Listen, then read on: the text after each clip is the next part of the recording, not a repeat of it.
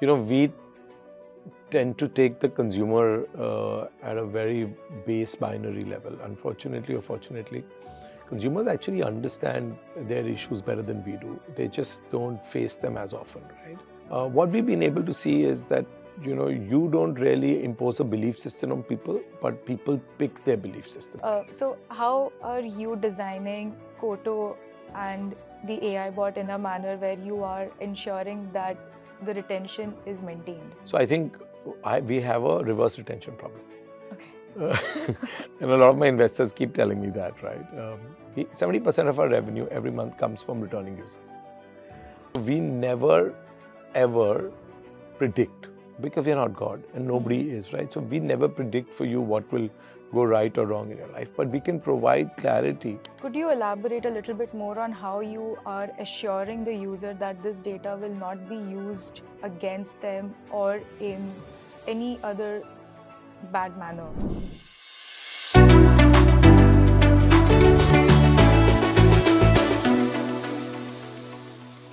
Welcome to Fortune India's Disruptors, the podcast where we talk to people who are reshaping industries and building what's next. My guest today, Tarun Katial, has built some of India's biggest media brands, Zee5 and BIG FM, before walking away to start something completely different, Coto. Coto is an AI-first emotional wellness platform, and its latest product, the JoyBot, sits at an unusual intersection of tarot, astrology, psychology, and artificial intelligence. So, Tarun, thank you so much for taking time out. Of course, I'm going to start off with this first question, that being, you come from the media industry. You've spent so many years. So, of course, you understand content and audience very well. When it comes to Coto, what exactly was the thought process then? What was the switch all about? And also, what are the learnings that you had from your media journey that you're incorporating it in Coto now? So, media is an interesting place where you end up showing people both the present of their life and also what it could look like, right? When we were starting off Koto, we realized that this make-believe world that media creates, and whether social media or broadcast media creates, is, while it's all very good, but then it kind of overlooks the reality that people are going through. And the reality is very stark. For everything you put out on Instagram every morning, there is that real you, which is not possibly as mentally healthy, as in the best shape, as in the best outlook of life, right? And so we wanted to really build a platform, and it started with a community platform where people could be themselves. It was a safe space for women. And very quickly we realized that the thesis really held water, and most of our communities spoke about relationship issues, mental health issues, emotional wellness issues, and people really needed support, right? For all the perfect world that we show outside, there is an inner self that is struggling at most times, right? Unfortunately, the struggle gets harder because we tend to not be authentic on a daily basis, right? And the more you put out stuff that is incongruous to who you really are, the harder it becomes when you get out there and you've got to be somebody that you're not feeling from inside. And that led us to where Koto is today. Koto stands for come together, right? And we wanted a space where people could come together to really heal, to be themselves, to be the authentic people that they'd forgotten to be. And that journey got us to really building a place where people could find immediate 24/7 help. And we got in 300 experts across the continuum of faith to science to energy healing. And we've seen some amazing results for people.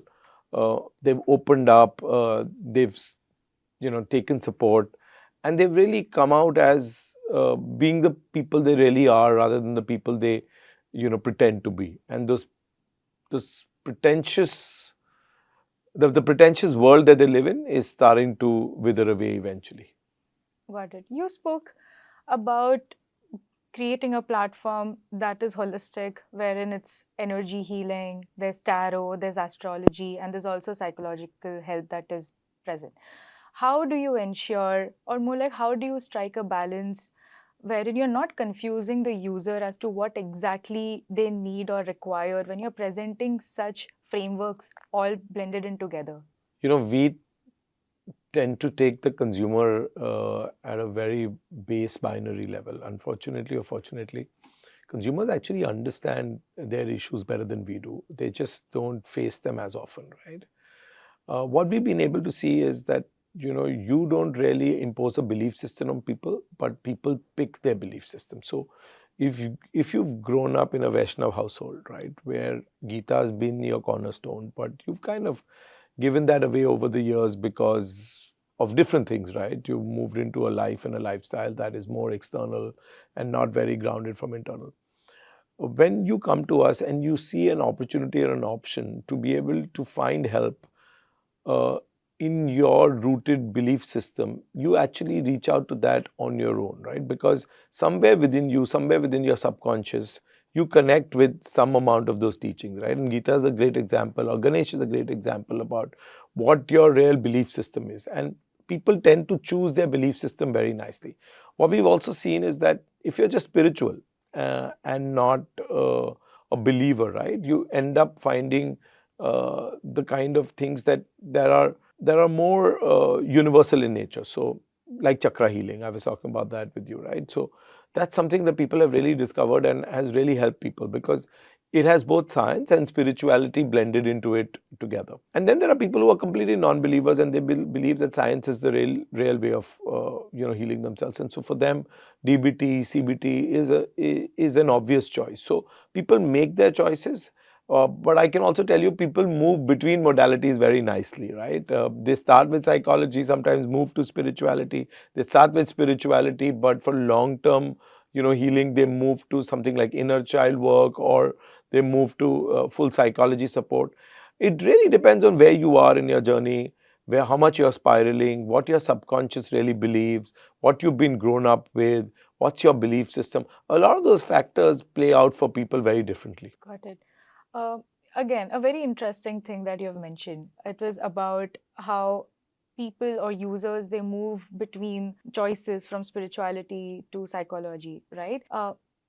You are presenting this platform through AI. Now, of course, a tough question that is with the increasing dependence on AI companionship. Of course, that is steering people away from having real human conversations, especially with spirituality. Talking about tarot, something that we discussed earlier also, as to how it's more of an experience between the reader and the person sitting in front. How does Koto and your JoyBot sort of create a bridge wherein it acts as a tool, and how does it take the user from being completely dependent and move towards a human conversation? Beautifully spoken, right? So, why are we building an AI companion? Let's go back to that, right? What I really realized was that access and affordability to emotional wellness should be universal. Unfortunately, our supply and demand situation in this country or across the world is that the ratio of an expert in emotional wellness to a seeker is very poor, right? And so supply is always going to be lower than demand, and pricing is always going to be hard, right? But is everybody going through some challenge or the other? Yes, right? How severe or acute it is, it really depends on what your situation of the day or of the month or of your relationship is. Now, having said that, we build the companion so that at least at an entry point level, at a 60-70% experience level, everybody gets access to something or the other, right? And we have 19 different modalities that you can choose from, much like what I was telling you earlier. You go into faith or you go into science, spirituality, whatever really works for you. But at any given time, where you require depth, where you require a human connection to be able to solve for deeper issues that you're going through, we have experts available, and we actually encourage you to go have those conversations. We, in fact, even make it free for you to have your initial conversation, because if you're spiraling really hard, right, sometimes an AI companion may not be able to walk you through some of the steps you need to take, even though you're seeing those steps written. But I think a human conversation does really help, and I agree with you fully. So I think we are very cognizant of the fact that this is going to be a hybrid mode, that there is going to be a companion, but there's also going to be a human in the loop who's going to be able to walk you through, situations that could be more extreme than we would hope them to be. In such extreme situations that you could see, how are those guardrails placed, and when does the platform switch from becoming a support system to providing therapy? So, the minute you become repetitive about, like, suppose if you've had a breakup and you want somebody back, and if you were to say, I want him back, I want him back, a few times in the conversation, we realize that you're spiraling and that you don't really have a control on your emotion anymore. And those kind of emotional triggers actually give us a signal that, at this point in time, the companion may not be able to help you so deeply, but a good conversation will help. But I'll also tell you one other thing, right? Is that the one of the thesis we have behind the companion is that there is a lot of shame and articulation burden that people have with even real human experts, right? So a lot of times you don't want to talk about a lot of things that have happened in your life to somebody because you just don't think you are going to be able to come to terms with, being vulnerable, right? And that's when, if you're talking to a companion, you are able to articulate this without having to worry about what the other person will judge you for, right? And this non-judgmental thing is very important, right? While we train all our experts to be non-judgmental, but they are also human at some point in time. Against things go against their own, value systems. Sometimes, they believe things in a binary form or fashion. They also have like the rights and wrongs in their head, which is only normal for every human being because they also have grown up in some environment where they do believe that this is right and this is wrong. And while they try not being judgmental, there's always that, that little bit of human element comes into play. And that actually the agent never or the companion never does, right? The companion is truly non-judgmental, and you don't have to go and confess to anybody human, and so you get through that first round of unburdening yourself. Yeah, and speaking about, how people are vulnerable, that brings me to this point about how tarot and astrology, especially, they have a lot of cultural weight, especially in our country. At the same time, there is a debate about how such things, they also tend to target vulnerable people because it makes the person hear what they want to hear. So how informed are you about it, and how do you sort of show it in the application then? So both our companion as well as our experts, the first thing is they're all psychology trained. So even if you come and join us as a tarot reader, the first thing we tell you is that you've got to train in a clarity process, right? The clarity process, which is what the companions also made on, is the difference between prediction and clarity. So we never ever predict because we are not God and nobody is, right? So we never predict for you what will go right or wrong in your life, but we can provide clarity through all your options, through your patterns, through what you're going through, for you to be able to decide what your next steps can be. And I think at most times people are not looking for, hardcore prediction. They're looking for somebody to be able to clarify their path forward, to be able to talk to and look at their options, to be able to sift through all the thoughts they have in their head, to be able to stop the overthinking that you're going through and in an over analysis that you go through of situations in life. And so really our philosophy, our first principle is clarity versus prediction. Understood. And regarding how you get your data, of course, there is question regarding privacy. So could you elaborate a little bit more on how you are assuring the user that this data will not be used against them or in any other bad manner? Very good question, right? So all our transcripts are anonymized right at the word go, right? So that we make sure that there is no personal identity attached to any conversation, right? Whether it's on the companion, whether it's on our one-to-one calls, right? So that's one thing. The second thing is that the conversation between you and the uh, and the companion is always encrypted. So we don't really know who you are. You are a set of alphanumerical numbers, which we can really never even go back and find who you get attached to. The only time that we've really had issues of identity is when people really look for refunds to a one-on-one conversation and their conversation drop. And that's the only place we have to do some customer support. But even there, we only give you a 24-hour window, and after the 24-hour window, that conversation never stays alive because we don't want to actually store any data. Okay. Right? So anything that's stored is always encrypted and it's always anonymized. Yeah. Understood. Coming to now the technical bit regarding how exactly does coto function, and you spoke about hybrid as a model. So what is the sort of division you see in terms of, revenue from the AI model and also from the people and the experts who are a part of your board? Very good question. So obviously this is something that we're launching in a couple of weeks, but the way we predict or project this is that we eventually want to make sure that we want to put this companion into the hands of millions of people. We want to price it only at between $1 and $5, at least in India, and then it's slightly higher across the world, right?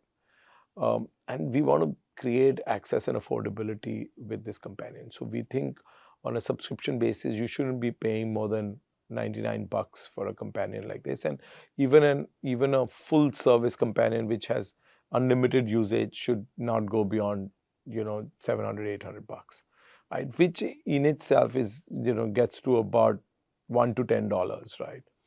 That I think is a great opportunity for people to be able to have somebody or something. Because if you compare this to a therapy session, right, an average therapy session starts at about $20 in India, and globally starts at about $80 to $100. So this is really allowing a lot more many people get into the emotional wellness fold.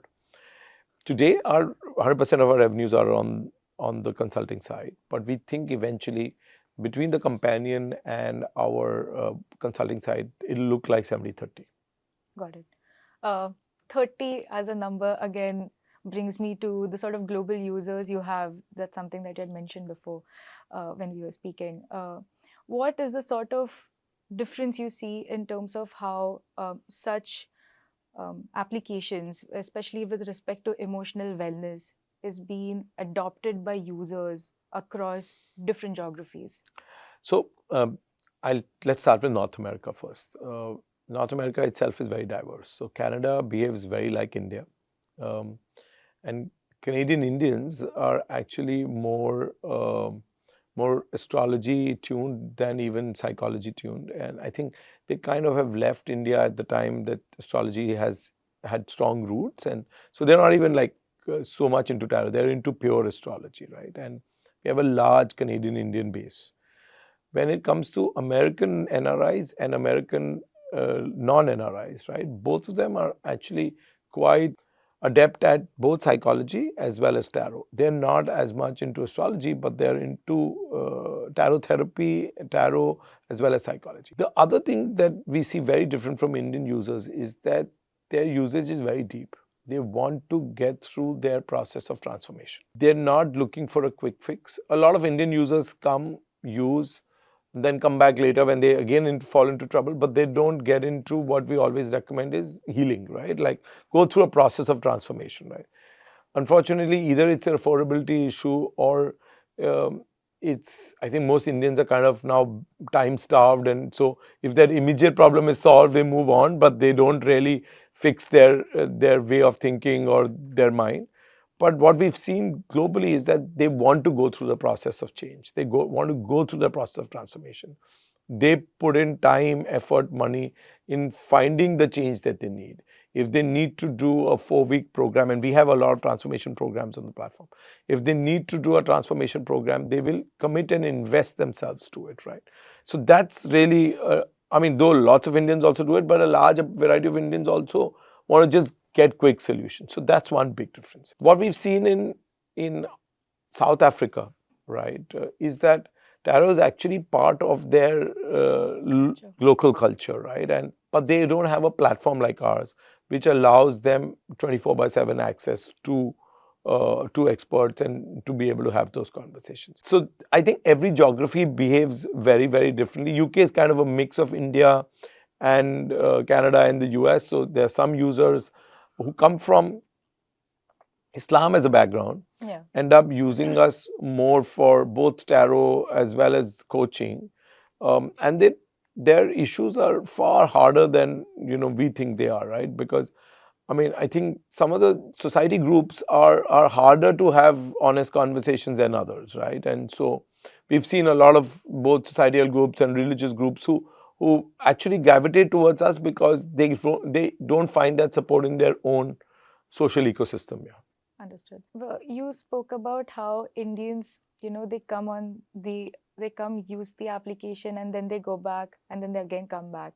Of course, that raises a question with respect to retention. And now, given to emotional wellness apps and mental wellness apps, they always struggle with retention globally. So, how are you designing Koto and the AI bot in a manner where you are ensuring that the retention is maintained? So I think we have a reverse retention problem. Okay. And a lot of my investors keep telling me that, right? 70% of our revenue every month comes from returning users. Right? It's extremely high. I think what we are looking to do is actually bring that down to 50 so that we have enough new users who get enough time from our top experts rather than, the same users like taking away all the time, right? But we do think that the companion will be a great way of increasing retention, primarily for users who are one-time users or who end up downloading the app but find the pricing too high for them to start the conversation. So I think the price point, the 24/7 access, no judgment, your ease to being vulnerable will allow a lot more people to stay on the platform on a longer term basis. Yeah. And if I'm able to really give you daily guidance from your own faith background, you're more likely to stick with it because, listen, I'm putting a seed of a great thought in your head every morning and at $1, it's worth paying for. Got it. Now coming to how, you have used AI to build your product ground up. As a media veteran, when you look back, how would you have used AI if you had a chance, especially in your time during Big FM and Zee? Yeah, I think unfortunately or fortunately, we didn't get these opportunities then. And I'm trying to make the most of the opportunity we have here today. In fact, Zee sent me to do this post-graduation at Kellogg Northwestern in AI and machine learning in 21. And when I passed out later the next year, who knew that AI was, GPT-3 was going to come and AI in commercial use was going to become so big. One of my big objectives to do this at that point in time was because we wanted to build a recommendation engine which was, closer to what Netflix had been able to achieve, which has now become table stakes, unfortunately, with the advent of the amount of AI that is available and the kind of data that you can very quickly harness now. But I do think that the media business is in a really good space today, right? I think much like us, your ability to be able to scale and to be able to fail and still not get hurt is that much more and better and easier, right? Much like us, right? We are building 19 different decks. And we know some are going to not take off and some we will have to do better with. And because it's a self-learning algo, the first 100,000 will teach the first million will teach the 10 million, the 10 million will teach the 100 million. The same way, I think in media, you can now make 50 series in micro dramas at a much cheaper cost.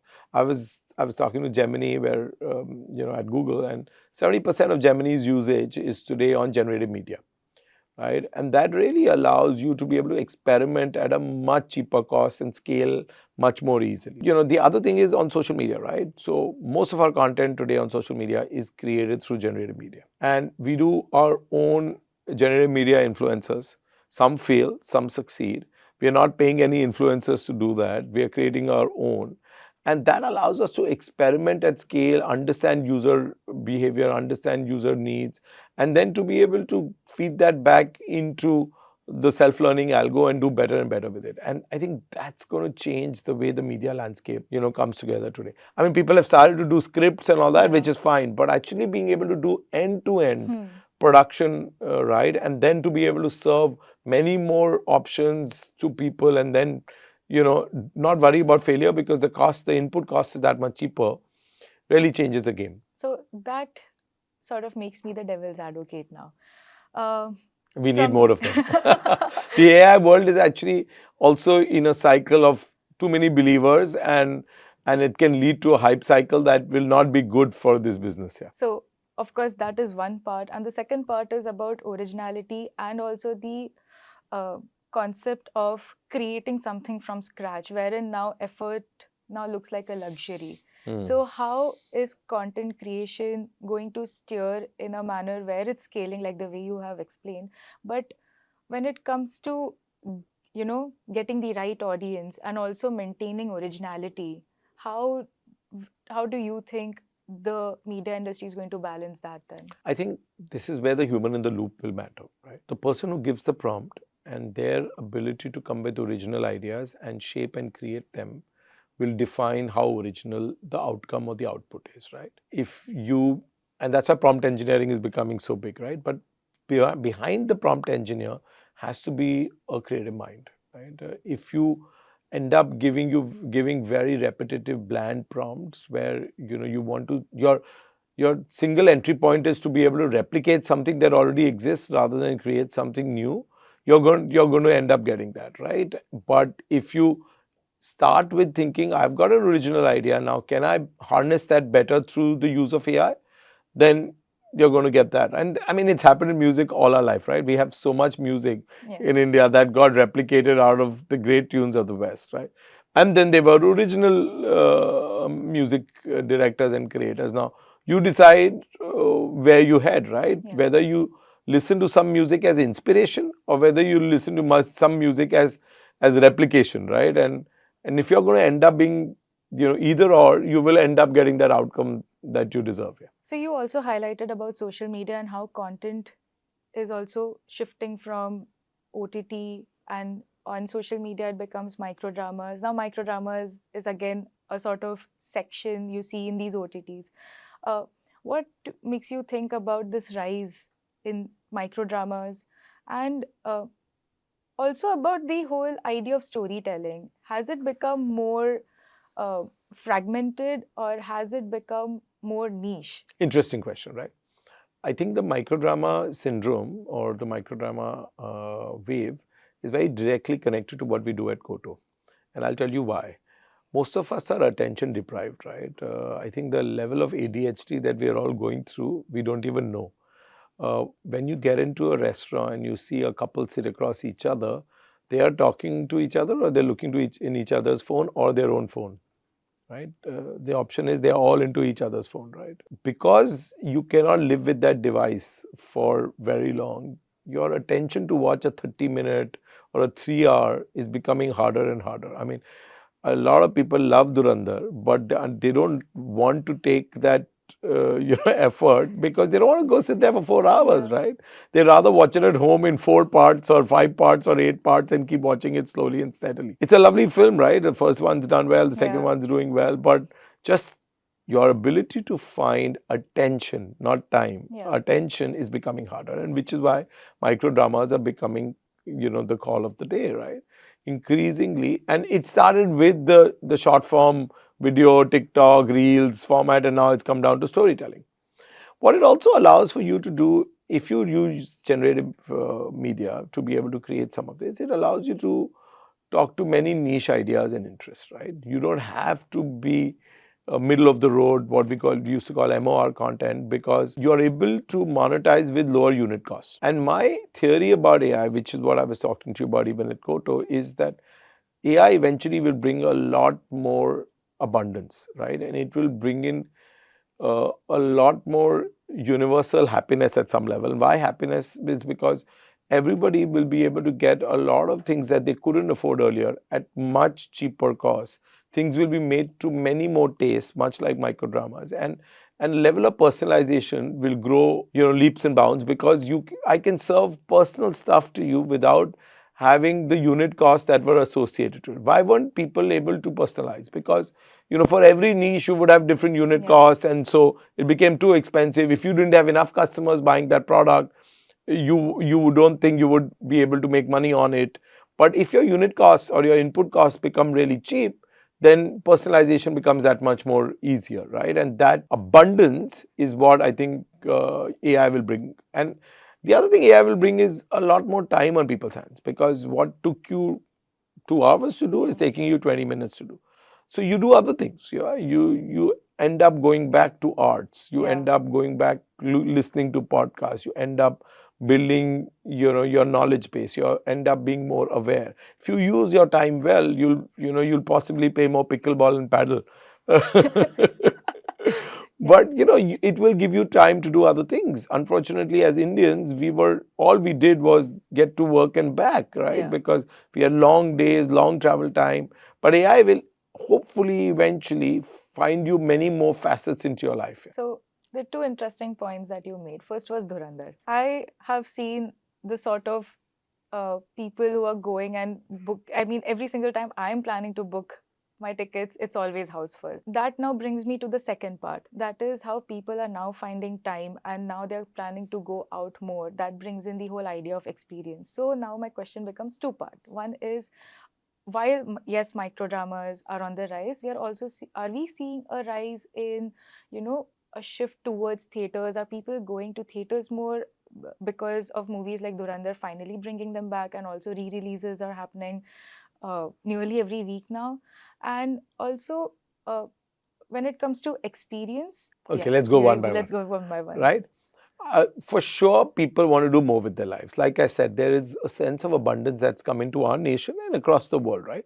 So experiences are becoming important to people, and whether it's music festivals, whether it is, Rishabh playing the sitar, or whether it's Dhurandhar, people are finding more avenues of going out and making those experiences count, and then capturing them on the mobile, and then putting them out in the world and creating more viral content with that.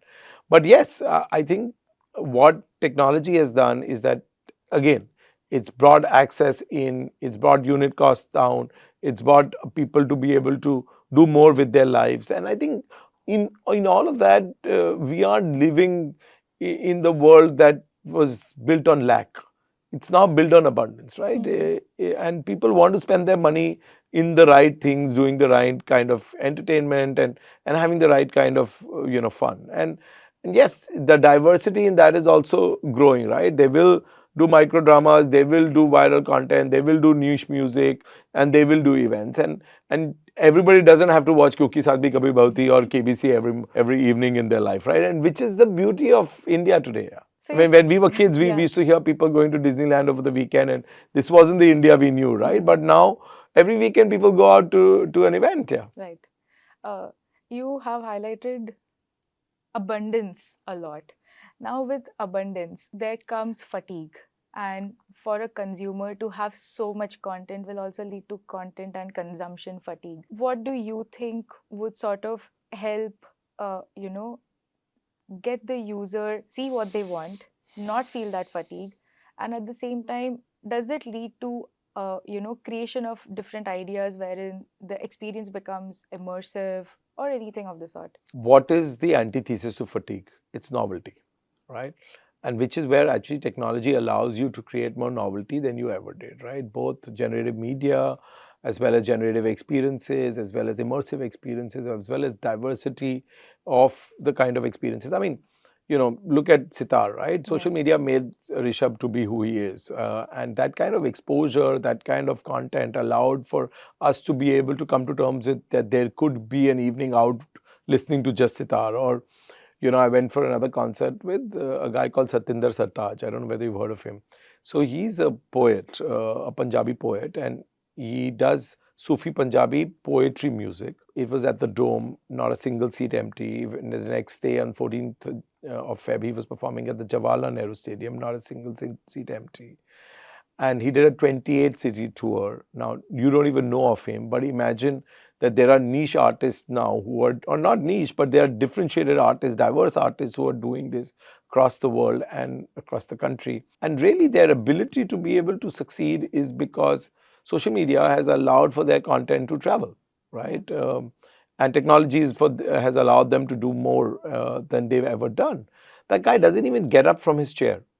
He sits cross-legged, sings with different kind of instruments, and creates a very immersive experience. And you just, you're mesmerized by what he does, but you won't even know of him unless you had that interest in that kind of poetry music, Punjabi poetry music. So there is something for everybody, and there are diverse interests that are finding the way into your phone and into your heart and then into your experiences today. I mean, I can go on talking about how media has been disrupted by technology, especially with AI, but we'll have to draw our conversation to a close. So one final question. Of course, we are seeing how media has changed. I mean, one can even say overnight, especially with AI disruption. So now what's next then for the industry? I think, at this point in time, much like music, like we were talking about, I think the industry will have to wake up to be able to do diverse stuff, right? I think we will have to give up our penchant for middle of the road, create multiple form and formats of content, use generative media to do that, have a sense of purpose behind it, and to be able to talk to different audiences, learn from experiential, learn from music, and be able to talk to different audiences for different kind of content, right? It must appeal to the lowest common denominator and must get this much rating point. That penchant will have to fall by as we go along. Thank you so much. This conversation was actually very insightful. Thank you so much, Tarun, for taking time out and shedding light on both your platform, that's Coto, and also what's next for media. Thank you so much, and I think it was very interesting the way you navigated this to find me starting to think very differently. Yeah. Thank you so much. Cheers.